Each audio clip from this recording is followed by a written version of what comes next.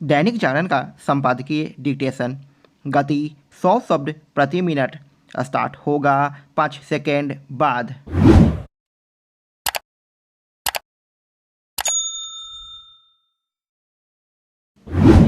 Start. संसद में शोरगुल के बीच मोबाइल फोन पर अनचाही कॉल से मुक्ति दिलाने समेत अन्य समस्याओं का निदान करने वाले टेलीकॉम विधेयक का लोकसभा में पेश होना इसलिए उल्लेखनीय है क्योंकि ऐसे किसी कानून की सख्त आवश्यकता थी जो लोगों को इस समस्या से निजात दिला सके। ऐसे किसी कानून की आवश्यकता इसलिए और बढ़ गई थी क्योंकि अभी तक अनचाही कॉल से छुटकारा पाने के लिए जो भी उपाय किए गए वे निष्प्रभावी ही साबित हुए। सच तो यह है कि समय के साथ अनचाही कॉल आने का सिलसिला तेज हो गया था। ऐसी कॉल करने वाली कंपनियों पर कोई लगाम इसलिए नहीं लग पा रही थी क्योंकि दूरसंचार विनियामक प्राधिकरण यानी ट्राई के पास ऐसी कंपनियों के खिलाफ कोई कार्रवाई करने का अधिकार नहीं था। यह प्राधिकरण इन कंपनियों पर कोई जुर्माना भी नहीं लगा सकता था। यदि टेलीकॉम विधेयक कानून का रूप ले लेता है तो अनचाही कॉल करने वाली कंपनियों पर न केवल आर्थिक दंड लगाना संभव होगा बल्कि उनकी सेवाएं भी बंद की जा सकती है। यह अच्छा है कि उक्त विधेयक में यह भी प्राविधान किया गया है कि उपभोक्ताओं की अनुमति के बिना प्रमोशनल कॉल के साथ साथ ऐसे वीडियो और टेक्स्ट मैसेज भेजने पर भी पाबंदी होगी। टेलीकॉम विधेयक का एक महत्वपूर्ण प्राविधान यह भी है कि सरकार राष्ट्रीय सुरक्षा के लिए खतरा बन सकने वाले उपकरणों के इस्तेमाल पर प्रतिबंध लगा सकेगी। टेलीकॉम विधेयक के कानून का रूप लेने के बाद सरकार को सबसे पहला काम यह करना चाहिए कि देश में कार्यरत दूरसंचार कंपनियां चीनी उपकरणों का इस्तेमाल न कर सके। यह इसलिए जरूरी है क्योंकि चीनी उपकरण जासूसी का एक बड़ा जरिया है। एक ऐसे समय जब संचार तकनीक की उपयोगिता बढ़ती तब इसका कोई औचित्य नहीं कि दूरसंचार कंपनियां चीन सरीखे उन देशों के उपकरणों का इस्तेमाल करें जो राष्ट्रीय सुरक्षा के लिए खतरा है। टेलीकॉम विधेयक में संचार सेवाओं को भरोसेमंद बनाने के साथ ही साइबर सुरक्षा को सुदृढ़ करने वाले भी उपाय किए गए हैं।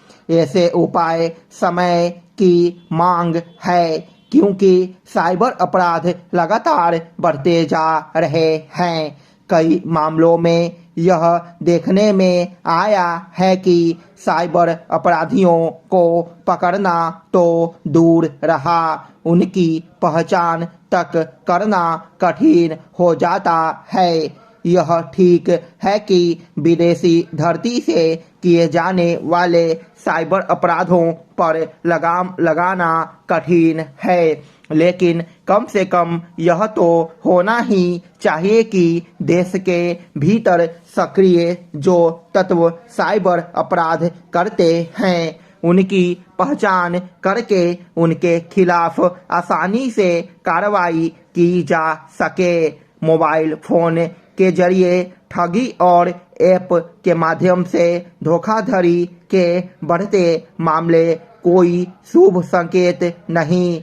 सरकार को दूरसंचार कंपनियों को जवाबदेह बनाने के साथ ही इंटरनेट मीडिया कंपनियों की मनमानी पर भी लगाम लगाने के लिए वैसे उपाय करने चाहिए जैसे कई अन्य देशों ने कर रखे हैं।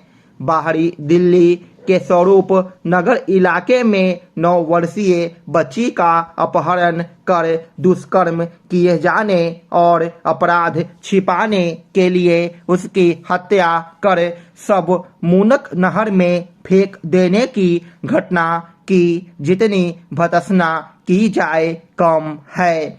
बच्ची और उसके स्वजन जिस घर में रहते थे उसके मकान मालिक ने ही वारदात को अंजाम दिया। आरोपित की निशानदेही पर पुलिस मूनक नहर में बच्ची के शव की तलाश करवा रही है। बच्ची के स्वजनों के साथ घटना से आक्रोशित क्षेत्र में लोगों ने मंगलवार को हाईवे पर यातायात जाम भी किया। 7 दिन से लापता बच्ची से दुष्कर्म और हत्या की सूचना मिलने पर लोगों का आक्रोशित होना स्वाभाविक है। यह अत्यंत दुर्भाग्यपूर्ण है कि दिल्ली में अब भी बच्चियां सुरक्षित नहीं है। नेशनल क्राइम रिकॉर्ड ब्यूरो की वर्ष 2022 की बीते दिनों आई रिपोर्ट में यह सामने आया है कि वर्ष 2021 के मुकाबले 2022 में राजधानी में महिलाओं के खिलाफ अपराध की घटनाएं बढ़ी है। इसमें 4% की वृद्धि दर्ज की गई है। विगत वर्ष दिल्ली में हुई दुष्कर्म की घटनाएं पूरे देश की दुष्कर्म की कुल घटनाओं की करीब 31% है। इस रिपोर्ट के अनुसार राजधानी में प्रतिदिन दुष्कर्म की औसतन 3 घटनाएं दर्ज की जाती है। निश्चित तौर पर ये आंकड़े राजधानी में महिलाओं की सुरक्षा को लेकर चिंता बढ़ाते हैं। दिल्ली राष्ट्रीय राजधानी है और इसे महिलाओं के लिए हर हाल में सुरक्षित बना हम प्रायः बड़े अभिमान से कहते हैं। यूनान, मिस्र, रोमान सब मिट गए जहां से कुछ बात है कि हस्ती मिटती नहीं हमारी। यह अभिमान करने वाली बात भी है क्योंकि भारत उन देशों में से है जहां विदेशी और विशेष रूप से इस्लामी आक्रांताओं के अनगिनत हमलों और उनके लंबे दमनकारी शासन के बाद भी भारतीय संस्कृति अपना अस्तित्व बचाए रही। लेकिन हम इसकी अनदेखी नहीं कर सकते कि पाकिस्तान में बचे खुचे हिंदू मंदिरों को आए दिन या तो तोड़ा जा रहा है या फिर उनका उपयोग पार्किंग, गोदाम, पशुओं के बाड़े आदि के रूप में किया जा रहा है।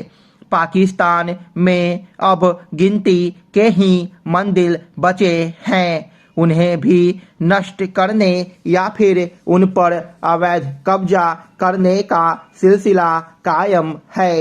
हाल में पाकिस्तान के कब्जे वाले जम्मू कश्मीर में शारदा पीठ मंदिर की एक दीवार को तोड़कर वहां कॉफी हाउस बनाने की तैयारी की खबर आई। कुछ दिनों पहले सिंध प्रांत में हिंगराज मंदिर को भी तोड़ा गया। पिछले सप्ताह अहमदपुर सियाल में एक ऐतिहासिक सीताराम मंदिर को तोड़कर वहां चिकन की एक दुकान खोल दी गई। पाकिस्तान में यह सिलसिला लंबे समय से चला आ रहा है। वास्तव में वह हजारों साल पुरानी हमारी सभ्यता से जुड़ी धार्मिक सांस्कृतिक विरासत को नष्ट करने पर तुला है। वैसे तो इस विरासत का वारिस पाकिस्तान भी, लेकिन उसे वह न केवल नकारता है बल्कि उससे नफरत भी करता है। वह ऐसा इसलिए करता है क्योंकि वहाँ भारत और हिंदुओं के प्रति वैर भाव को बढ़ावा दिया जाता है।